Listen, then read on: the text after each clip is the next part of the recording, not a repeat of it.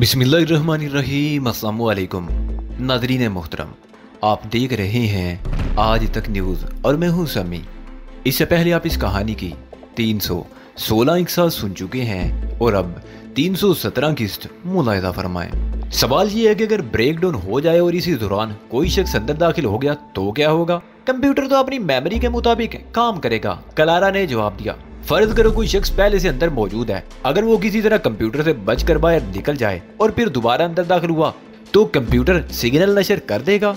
मैं समझ गया, तुम्हारे कहने का खुलासा ये है कि कंप्यूटर किसी भी बेज़ाब्तगी पर सिग्नल नशर कर सकता है। बिल्कुल, कलारा ने सर हिलाया।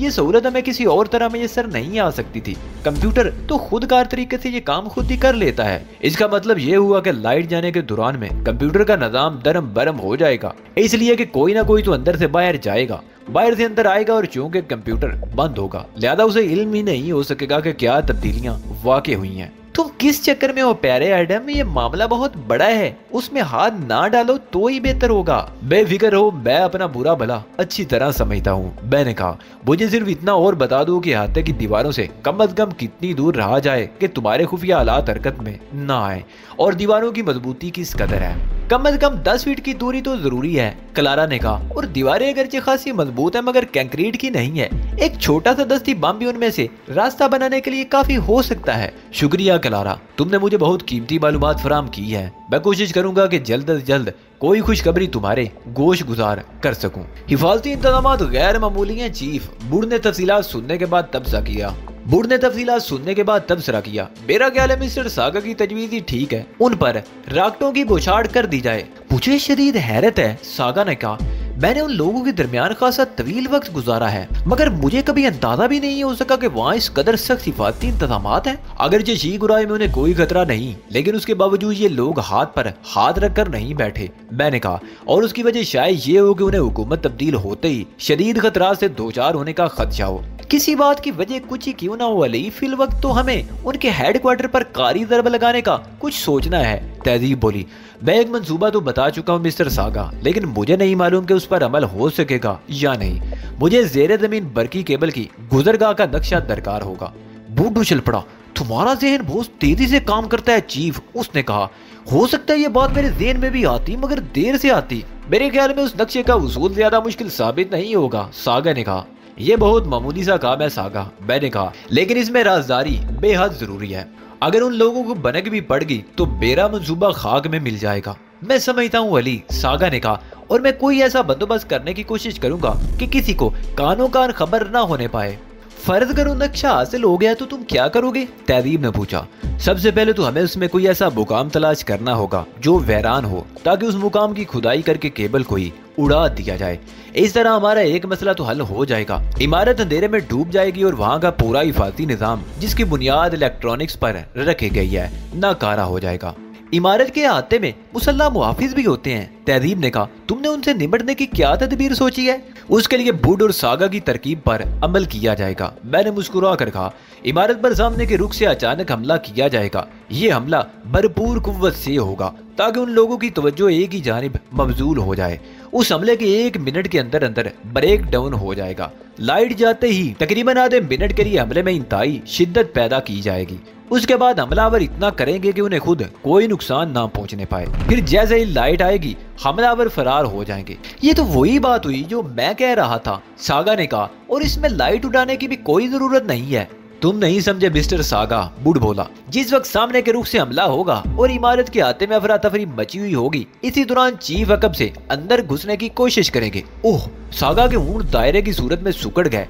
अकबी हिस्से से कितने अफराद इमारत में दाखिल होंगे? मैं तन्हा इमारत में घुसूंगा, मेरे साथ कोई और नहीं होगा, मैंने कहा।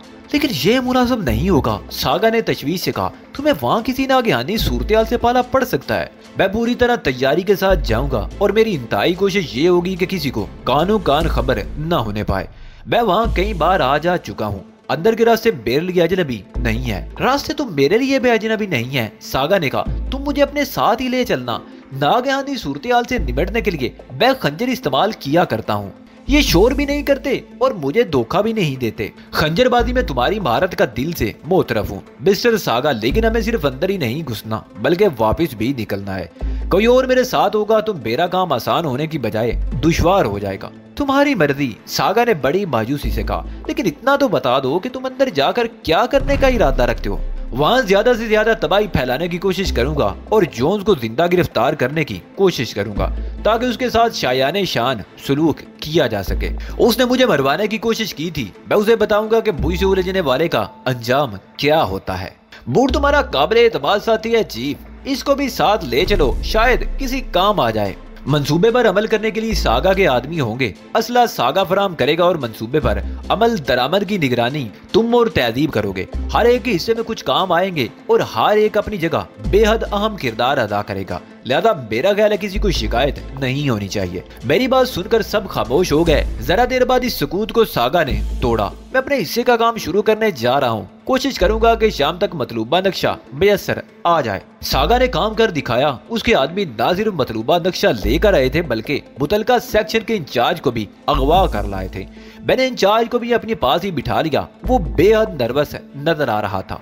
मुझसे 10,000 का वादा किया गया था, इसलिए मैंने रिस्क लेकर ये नक्शा निकाल लिया जो टॉप सीक्रेट नोयत का है, मगर मुझे अदायगी करने की बजाय तुमने मुझे भी अगवा करा लिया। तुम्हारे अलावा ये बात और कितने लोगों के इल्म में है कि तुमने ये नक्शा उड़ाया है? मैंने पूछा। अगर किसी को इसकी बनक भी पड़ गई तो मैं कम अज कम मुलाजमत से तो जरूर निकाल दिया जाऊंगा। उसने हाँफते हुए कहा, मुझ पर रहम करो और मुझे जाने दो। जिंदगी में पहली बार मैंने लालच में आकर ऐसी हरकत की है। तुमने बहुत बड़ा काम किया है दोस्त, मैंने नक्शा अपने सामने फैलाते हुए कहा। 10,000 की तो इस काम के मुकाबले में कोई हैसियत ही नहीं है। मुझे रकम से कोई सरोकार नहीं। उसने रो देने वाले अंदाज में कहा, मालूम नहीं तुम लोग मेरे साथ क्या करना चाहते हो। मैं वक्त पर घर पहुंचने का आदी हूँ, नहीं पहुंचूंगा तो मेरी बीवी बच्चे परेशान हो जाएंगे। तुम बेफिक्र रहो, तुम्हें कोई नुकसान नहीं पहुंचेगा। मैंने नक्शे पर नजरें दौड़ाते हुए कहा। सरसरी नजरों से देखने पर ही मुझे उसमें अपने मतलब की एक जगह नजर आ गई। तहजीब, बुढ़ और सागा भी नक्शे पर झुके हुए थे। मेरा ख्याल इस जगह पर एक बरसाती नाला है, मैंने सागा से कहा, और ये जगह किसी कदर वीरान भी है। हाँ, सागा ने इस बात में सर हिलाया। अगर तुम्हारा इरादा खुदाई करने का है तो इससे बेहतर जगह और कोई नहीं हो सकती।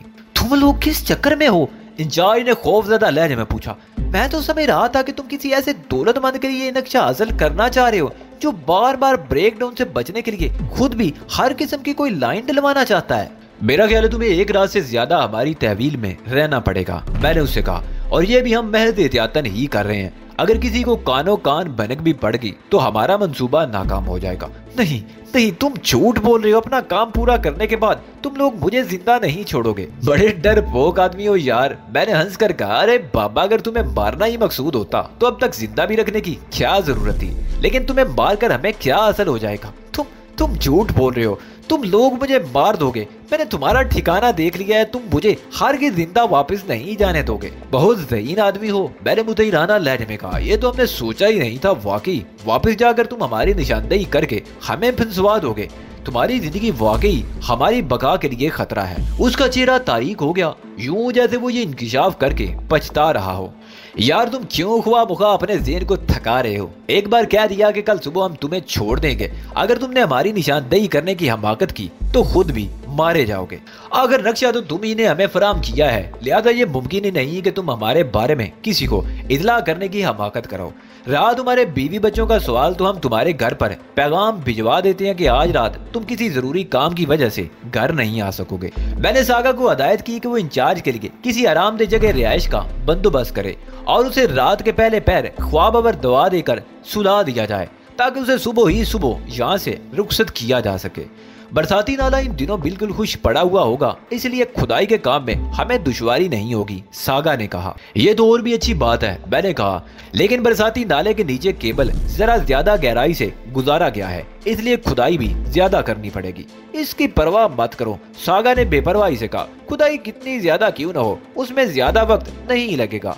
बरसाती नाले के नीचे से गुजारे जाने के बायस केबल के तहफ़्फ़ुज़ के लिए कंक्रीट के पाइप भी इस्तेमाल किए गए होंगे, इसलिए हमें ज्यादा ताकतवर रिमोट कंट्रोल बम इस्तेमाल करने पड़ेंगे। मैंने कहा, तुम फिक्र मत करो, मुझे ऐसे किसी दिन की आमद की तवक्को थी, इसलिए मैं एक अरसे से असले जमा कर रहा था।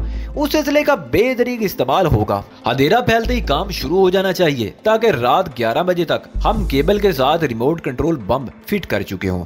हमारा सिलेक्शन रात के 1 बजे शुरू होगा। जो काम तुम रिमोट कंट्रोल बम से लेना चाहते हो वो टाइम बम से भी तो लिया जा सकता है, सागा ने कहा। हमारे मंसूबे में टाइमिंग की अहमियत बहुत ज्यादा है। जरा सी भी तकदीम और ताखीर से खेल बिगड़ सकता है, लिहाजा रिमोट कंट्रोल में अपने हाथ ही में रखूंगा। ब्रेक डाउन उसी वक्त होना चाहिए जब उसे होना चाहिए। ठीक है अली, हम लोग तो वही करेंगे जो तुम कहोगे, इसलिए कि शुरू था आखिर सारा मंसूबा तुम्हारा ही बनाया हुआ है। रात के 1 बजने में भी 2 मिनट बाकी थे कि मैं शी गुराई मेगल के मुकामी हेडक्वार्टर के अकब में अपनी मतलूबा जगह पर पहुंच गया। मैं पूरी तैयारी के साथ आया था और अपने साथियों को हर बात नायत तफसील से समझा कर आया था। इमारत पर जिस तरह अचानक हमला किया जाना था उसमें हमारे आदमियों का जानी नुकसान होने का कोई एहतमाल नहीं था। इमारत के अकब में जाड़ जिंकाड़ उगा हुआ था। वहाँ की जमीन पथरीली और चट्टानी किस्म की होने की वजह से गालिबन वहाँ कुछ तामीर नहीं किया गया था। उस जगह जमीन की हुइयत कुछ टीला नुमा सी थी और उस जगह कोई 2.5 फरलांग के आगे वो पहाड़ी नाला वाक़ था जहाँ सागा के आदमियों ने 8 फीट की खुदाई करने के बाद वो केबल बरामद कर लिया था जो उस इमारत को बिजली सप्लाई के लिए डाला गया था। हस्बे तो को केबल कंक्रीट के पाइपों में से गुजारा गया था। मैंने अपने हाथों से उन पाइपों पर रिमोट कंट्रोल बम फिट किए थे। मुझे यकीन था कि जैसे ही बम फटेंगे न सिर्फ पाइप के परखचे उड़ जाएंगे बल्कि केबल को भी शदीद नुकसान पहुंचेगा। इस कदर नुकसान के उसके बाद बिजली की सप्लाई बहाल रहने का कोई इम्कान नहीं था। मैंने अपनी रेडियम डायल वाली घड़ी में वक्त देखा, 1 बज गया था और मेरे साथी किसी भी वक्त पूरी कुव्वत से इमारत पर हमलावर हो सकते थे। मैंने उन्हें खास तौर पर ताकीद की थी कि ख्वाह वक्त थोड़ा सा आगे पीछे हो जाए मगर हमला भरपूर होना चाहिए। उन लोगों को संभलने और मुनज़्ज़ब होने का मौका नहीं मिलना चाहिए। हमला गेट पर होना था ताकि गेट पर मुतय्यन मुहाफिज पहले ही हल्ले में काम आ जाएं। उसके बाद अहाते की सामने वाली दीवार को निशाना बनाया जाए और फिर बेदरीग फायरिंग की जाए। मैंने अपना बोझ एक टांग से दूसरी टांग पर मुंतकिल किया।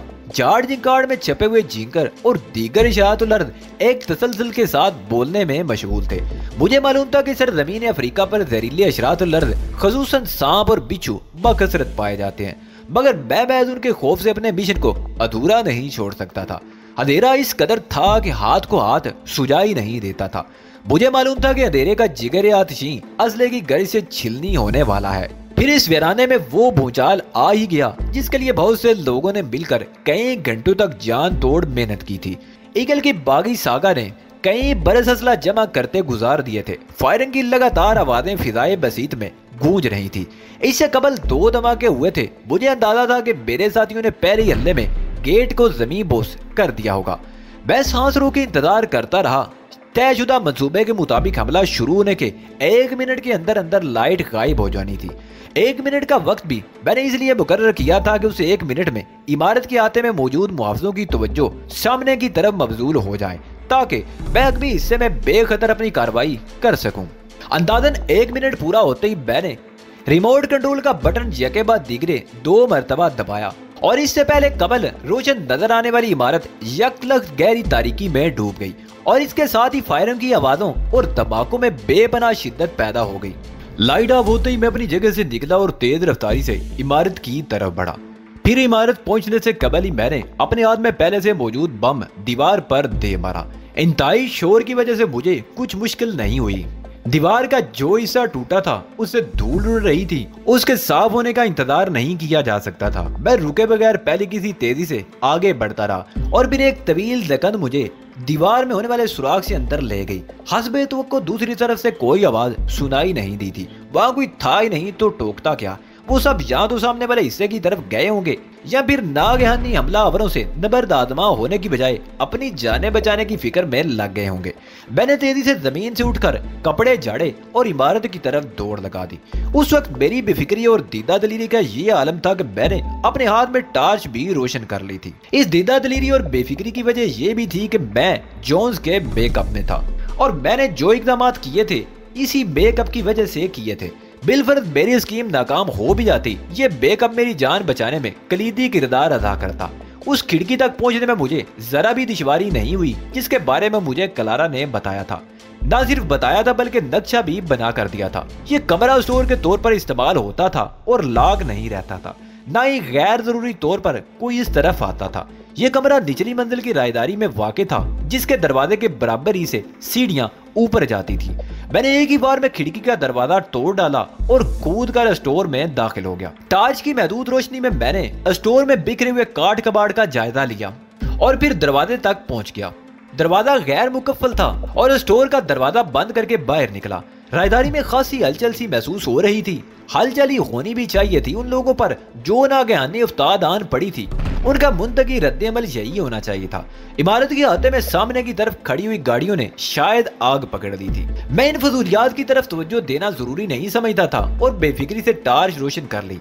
वहाँ कुछ लोग मौजूद थे मगर उन्हें कुछ होश ही नहीं था। वो तो बुखलाए हुए थे और आपस में एक दूसरे से दरियाफ्ती हाल करने की कोशिश कर रहे थे। किसी को कुछ मालूम होता या किसी के समझ में कुछ आता तो दूसरे को जवाब देता। उन्हें क्या मालूम था कि वहाँ हमलावरों में से भी कोई घुस आया है। उनके ज़हन तो इस काबिल भी ना होंगे कि वो कुछ सोच ही समझ सके। मैं सीढ़ियों से ऊपर चढ़ता चला गया। टार्च की रोशनी में ऊपर जाते हुए मुझे किसी किस्म की दिक्कत का सामना नहीं करना पड़ा। लाइट के 2.5 मिनट गुजर चुके थे। इस बात का कोई अंदाजा नहीं था कि जनरेटर स्टार्ट होने में कितनी देर लगेगी। ये काम जल्दी भी हो सकता था और इसमें देर भी लग सकती थी, लेकिन इससे मेरे प्लान पर कोई असर नहीं पड़ सकता था। मैंने हर तरह की तैयारियां मुकम्मल कर ली थी। ऊपरी मंजिल पर पहुंचते ही मुझे यूं महसूस हुआ जैसे कोई छत की तरफ गया है। मैंने टार्च की रोशनी जोन्स की रिहायशगाह की तरफ फेंकी तो दरवाजा मुझे खुला हुआ नजर आया। मुझे महसूस हुआ कि कहीं जोन्स ही छत की तरफ ना गया हो। इस बात का इम्कान भी था कि वो बुखलाहट में फरार होने की कोशिश ना कर डाले। यही सोचकर मैं भी ऊपरी मंजिल पर रुकने के लिए छत की तरफ बढ़ गया। छत का दरवाजा भी मुझे खुला हुआ मिला, जिसका मतलब यही था कि मेरा खदशा बेबुनियाद नहीं था। छत पर कदम रखते ही मुझे वो देवएकल परिंदा नजर आ गया जिसे हेलीकॉप्टर कहा जाता है। एक साया दौड़ता हुआ उसकी तरफ बढ़ रहा था। नीचे होने वाली फायरिंग और धमाकों की आवाजें अब बहुत कमजोर पड़ती जा रही थी। सोचने समझने का वक्त नहीं था। मैं लम्हाती तगाफुल भी बरतता तो वो निकल जाता। उसने भी गालिबन इस बात को महसूस कर लिया था कि छत पर कोई आया है, मगर उसने भी वक्त जाया ना करने का तहिया कर रखा था। वो रुके बगैर हेलीकॉप्टर की तरफ दौड़ता रहा। मैंने रोशन टार्च हाथ से फेंकी और हेलीकॉप्टर की तरफ दौड़ते हुए जोन्स के पीछे लपका। जोन्स को किसी गैर मामूली बात का एहसास हुआ तो उसने दौड़ते में पलट कर देखा, मगर अंधेरे के बायस वो मेरे खदो खाल नहीं देख सकता था। फिर वो रुक गया। कौन हो तुम और मेरे पीछे क्यों आ रहे हो? उसने जारहाना अंदाज में कहा। उसके पास गालिबन कोई हथियार वगैरह नहीं था, वरना मेरे अंदाज पर वो इंतजार ना करता। वो चौकन्ना हो गया था, मगर मैंने उस पर छलांग लगाने में जरा भी तामिल नहीं किया।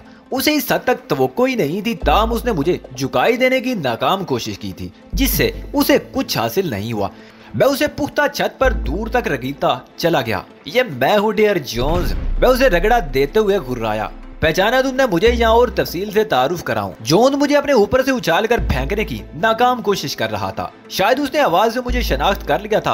अगर शनाख्त कर लिया था तो यकीनन बुखला गया होगा। भला मास्टर ली कुआन के शागिर्द के मुकाबिल आने की किस में हिम्मत थी? अगर तुमने नहीं पहचाना जोन्स तो मैं अपना तारुफ कराए देता हूँ। मैं घुर्राया। मैं एबरन हाल का बड़बोला हूँ, यहूदियों का जानी दुश्मन, जिसे दुनिया अली यार खान के नाम से जानती है। मुझे छोड़ दो। जोन्स दिखलाया। मैंने तुम्हारा क्या बिगाड़ा है? खामोश रहो। मैंने उसे एक और रगड़ा देते हुए कहा। क्या तुमने मुझ पर फायरिंग नहीं कराई?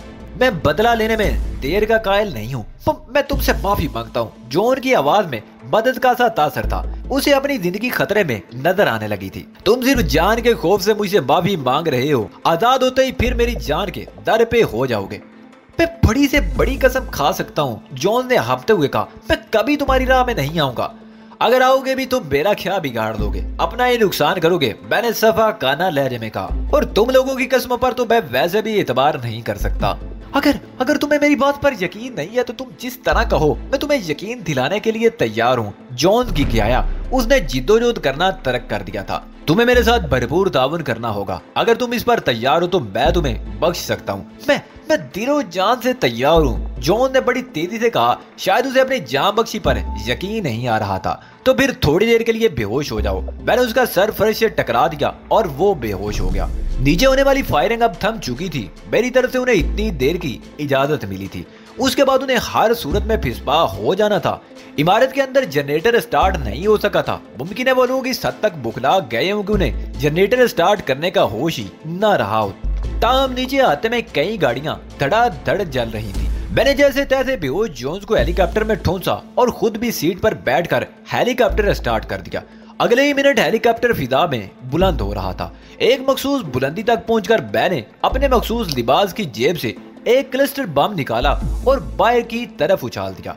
बम इमारत पर गिरा हुआ एक कान फाड़ देने वाला धमाका हुआ धमाके की शिद्दत का ये आलम था कि 150 फीट ऊपर फिजा में मुअल्लक हेलीकॉप्टर भी एक लम्हे को लहरा गया। अभी पहले धमाके की शिद्दत पूरी तरह खत्म नहीं होने पाई थी कि मैंने दूसरा बम भी बाहर लुढ़का दिया और दूसरे के बाद फिर तीसरा।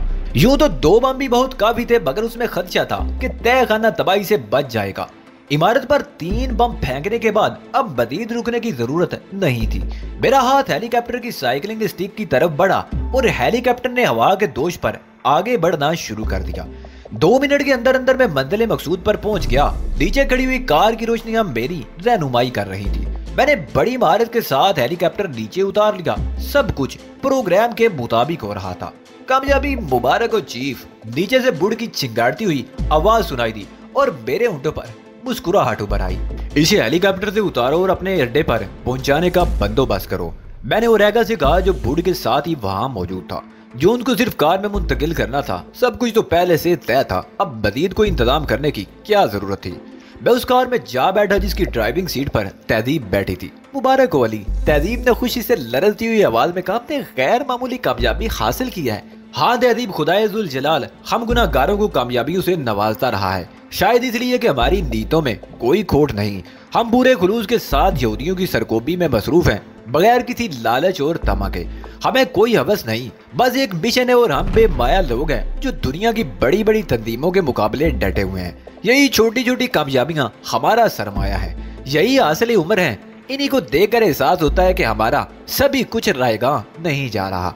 हम एक फलकबोस इमारत तामीर करने के लिए छोटी मोटी ईंटें चुन रहे हैं। खुदा ने चाहा तो एक न एक रोज ये इमारत जरूर पाए तकमील को पहुंचेगी।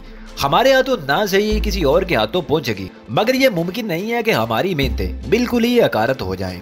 हम तो खुशकिस्मत है कि खुदा ने हमें इस काम के लिए चुना, वो तो बड़ा बेनियाद है। नमरूद जैसे मुतकब्बर को बच्चर जैसी हकीर मखलूक से खत्म करा सकता है।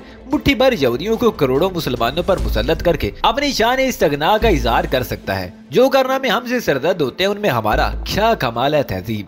हमें तो हर कामयाबी पर उस खुदाए वादाऊ ला शरीक का शुक्र बजा लाना चाहिए कि उसने ये काम हमसे लिया, किसी और से नहीं लिया। इसमें क्या शक है अली, तहजीब ने धीमी आवाज में कहा। हम किसी भी तरह खुदा का शुक्र अदा नहीं कर सकते। शीगुराई की सड़कों पर शदीद हलचल मची हुई थी। ऐसा मालूम होता था जैसे शहर पर कोई आफत नाज़िल हो गई हो। ऐसा मालूम होता था जैसे शहर भर के फायर इंजन सड़कों पर निकल आए हों। पुलिस कारें और मोबाइल गाड़ियां बदहवासी के आलम में सड़कों पर सायरन बजाती दौड़ती नजर आ रही थी। और ये सब कुछ देख देख कर मुझे एक अजीब सी मुसर्रत का एहसास हो रहा था। अभी 2 ही रातें कबल तो मेरे साथियों ने ईगल के कई ठिकानों को तबाह किया था और अब सागा और उसके साथियों की मदद से हमने ईगल के मुकामी हेडक्वार्टर को मुकम्मल तबाही से 2-4 किया था।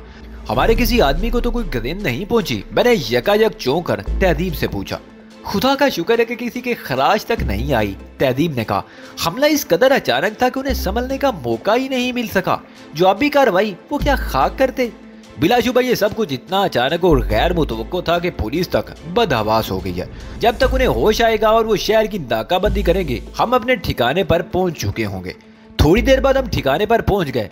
रास्ते में हमें किसी ने नहीं रोका था। जोन्स को रस्सियों से जकड़कर कैद कर दिया गया था। सागा अपने साथियों समेत हमसे पहले ही वहां पहुंच चुका था। उसे अब तक यकीन नहीं आ रहा था कि हमने इतनी आसानी से कामयाबी हासिल कर ली है। मुझे पहले ही यकीन था कि शीगुराई में ईगल के दिन पूरे हो चुके हैं, सागा ने कहा। न सिर्फ उनका हेडक्वार्टर तबाह हुआ है, बल्कि तुमने सरबराह को जिंदा गिरफ्तार भी कर लिया है। तुमसे ज्यादा इस कामयाबी की खुशी बादाम खलारा को होगी, मैंने कहा। वो अगर वक्त तक मुझे अपने इरादे से बाज रखने की कोशिश करती रही थी। अगर उसे मालूम हो जाता कि तुम अलियार खान हो तो हरगिज़ ना रोकती। हाँ, उसे मालूम हो जाता कि मैं कौन हूँ तो वो मुझसे ताउन ही ना करती। ये तो मैंने उसे धोखे में रखकर उससे मालूमात हासिल की हैं। क्या अब तुम उसे बताओगे कि दरअसल तुम कौन हो? सागा ने पूछा। इस सिलसिले में मैंने अभी कोई फैसला नहीं किया।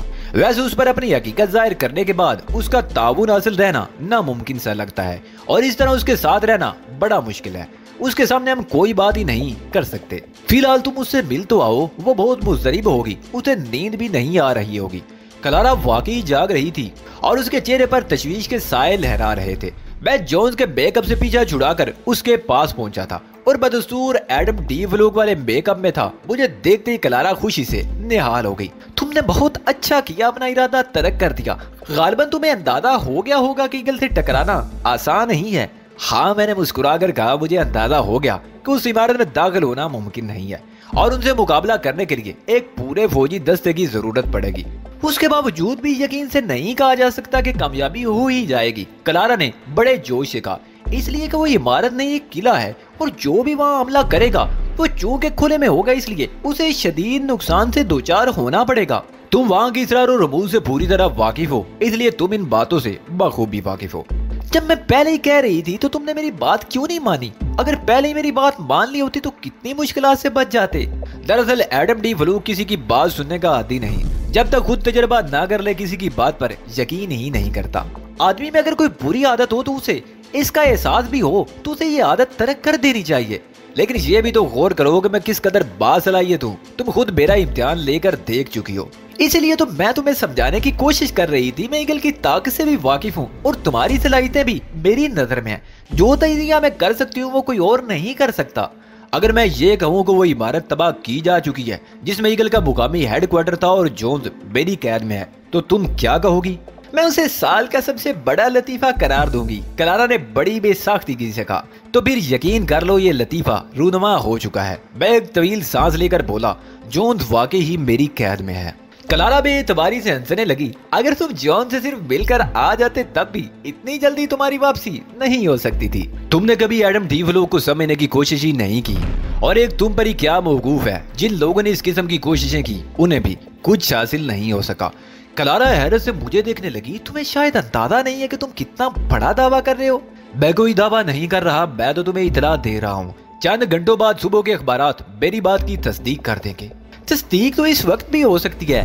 क्लारा ने अजीब से लहजे में कहा, तुम कह रहे हो कि तुमने जोन्स को अगवा कर लिया है, मगर वो बेहोश है। जरा उसे होश आ जाए मैं तुम्हें उसके पास ही ले चलूंगा, मैंने कहा।